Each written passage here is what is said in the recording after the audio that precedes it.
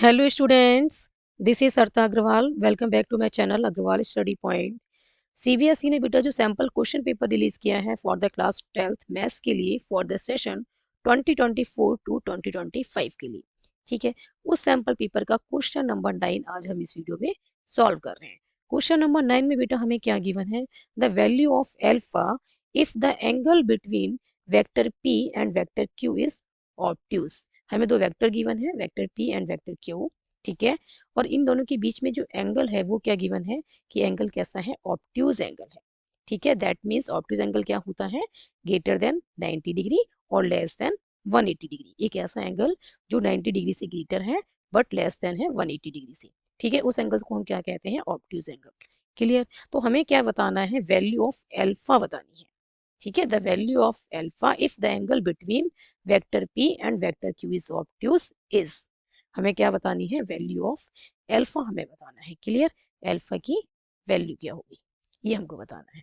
अब ये देखो बेटा, हम बेटा वेक्टर पी और वेक्टर क्यू के डॉट प्रोडक्ट की बात करें तो डॉट प्रोडक्ट क्या बनेगी, वेक्टर पी और वेक्टर क्यू, ठीक है। इनकी डॉट प्रोडक्ट इसकी इक्वल होगा magnitude of vector P and magnitude of vector Q and cos theta.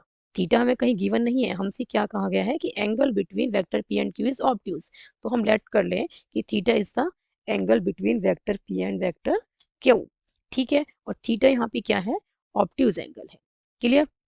That means आपको पता होना चाहिए कि ऑब्ट्यूज एंगल क्या होता है, जो कि 90 डिग्री से ग्रेटर हो और 180 डिग्री से क्या हो, लेस हो। क्लियर है। तो यहाँ से cos थीटा यदि हम निकालें बेटा तो ये क्या आ जाएगा, यदि हम इन दोनों को लेफ्ट में शिफ्ट कर दें, magnitude of vector p and magnitude of vector q, तो ये कहाँ जाएंगे, लेफ्ट में जाके डिवाइड में जाएंगे, ठीक है। इसको हम ऐसे लिख सकते हैं। क्लियर। ये हमारे पास क्या आ गया, cos थीटा किसके इक्वल आ गया, dot product of vector p and q divided by magnitude of vector p and magnitude of vector q। Clear. अब थीटा कैसा है, ऑब्ट्यूज है। दैट मीन्स वो 90 डिग्री से ग्रेटर है और 180 डिग्री से लेस है। दैट मीन्स थीटा कहाँ पे लाई कर रहा है, सेकंड क्वाड्रेंट में। सेकंड क्वाड्रेंट में कॉस थीटा क्या होगा, नेगेटिव, ठीक है। सेकंड क्वाड्रेंट में कॉस थीटा कैसा होगा, नेगेटिव होगा। क्लियर है। कॉस नेगेटिव होता है तो ये कॉस थीटा की वैल्यू क्या आएगी, नेगेटिव। अब देखो ये नेगेटिव है, दैट मीन्स ये इसके इक्वल है तो ये भी नेगेटिव हुआ। अब इसको नेगेटिव कौन बनाएगा, मैग्नीट्यूड ऑफ पी तो पॉजिटिव है भाई, cos थीटा नेगेटिव के इक्वल आ रहा है ना, दैट मीन्स ये भी नेगेटिव के इक्वल आ रहा है। तो मैग्नीट्यूड ऑफ पी कैसा है, पॉजिटिव, मैग्नीट्यूड ऑफ क्यू क्या है, पॉजिटिव। जब ये दोनों पॉजिटिव हैं तो न्यूमरेटर में क्या बचा, डॉट प्रोडक्ट, ठीक है, दैट इज स्केलर प्रोडक्ट। तो पी वेक्टर और क्यू वेक्टर की जब स्केलर प्रोडक्ट निकालेंगे तो जो स्केलर वैल्यू आएगी वो कैसी होगी, नेगेटिव होगी। तभी तो cos थीटा की वैल्यू नेगेटिव है। तो हम यहाँ से क्या लिख सकते हैं कि cos थीटा क्या है, लेस देन जीरो। क्यों है बेटा जीरो, क्योंकि थीटा कैसा है, थीटा इज ऑब्ट्यूज, ठीक है।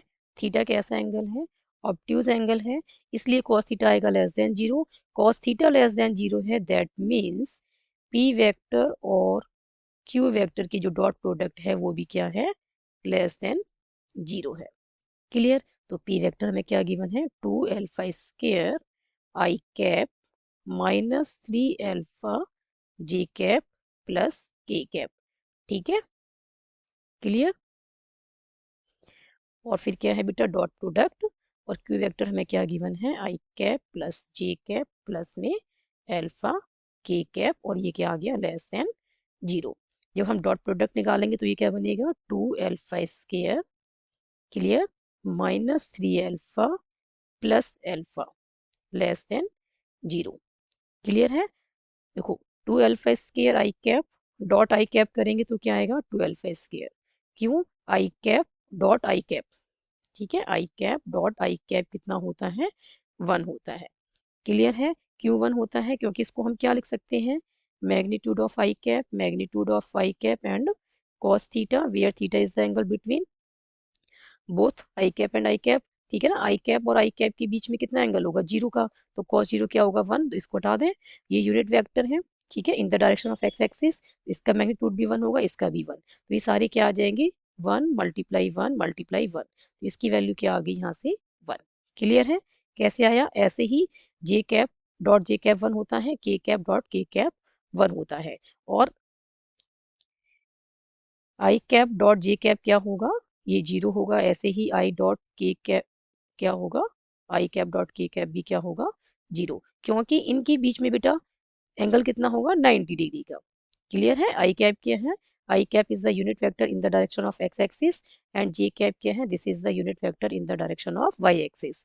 ठीक है, दोनों एक्सिस क्या होती है, परपेंडिकुलर, तो इनके बीच में एंगल कितना होगा, 90 डिग्री का, तो cos 90 कितना होता है, 0, तो ये क्या आ जाएगा, 0 के इक्वल। ऐसे ही ये 0 के इक्वल आ जाएगा। क्लियर है।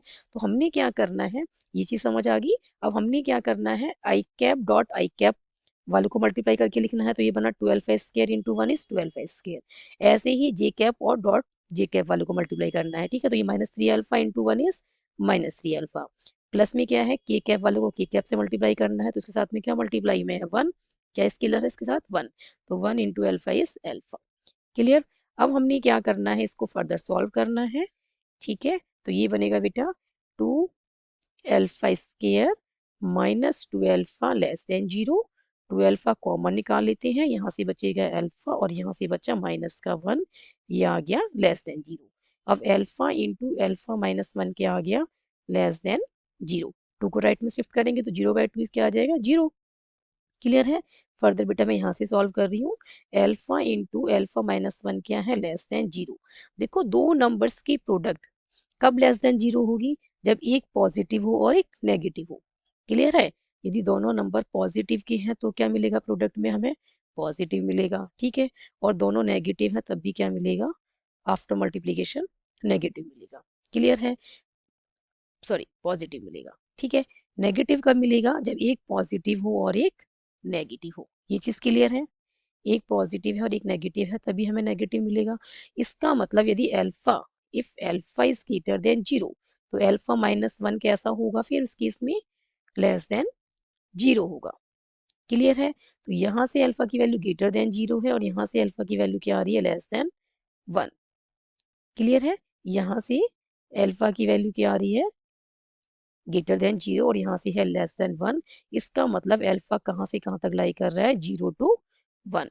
ठीक है, दोनों इंक्लूडेड नहीं है तो क्या यूज करेंगे, ओपन ब्रैकेट। क्लियर है। और क्या हो सकता है, यदि अल्फा -1 ग्रेटर देन 0 होता है, ठीक है, तो अल्फा कैसा होना चाहिए, लेस देन 0, बट ये तो पॉसिबल ही नहीं है। ठीक है, यदि अल्फा -1 ग्रेटर देन 0 है, ठीक है, इसका क्या मतलब है, यहाँ से इसका मतलब है कि अल्फा ग्रेटर देन 1 है, और यहाँ पे क्या कह रहे हैं, अल्फा लेस देन 0। क्या ऐसा कोई नंबर है जो लेस देन 0 भी हो एट ए टाइम पे और ग्रेटर देन 1 भी हो जाए, पॉसिबल ही नहीं है ना। तो ये कंडीशन पॉसिबल नहीं है। तो हमारी जो कंडीशन है अल्फा के लिए वो क्या है, कि अल्फा ग्रेटर देन 0 है, लेस देन 1 है, दैट मीन्स क्या आएगा, ओपन इंटरवल 0 to 1। तो ऑप्शन बी जो है, this is the correct answer. Clear. I hope question number 9 का सॉल्यूशन आपको अच्छे से समझ में आया होगा। If you have any doubt then write in the comment section. Thank you so much for watching this video.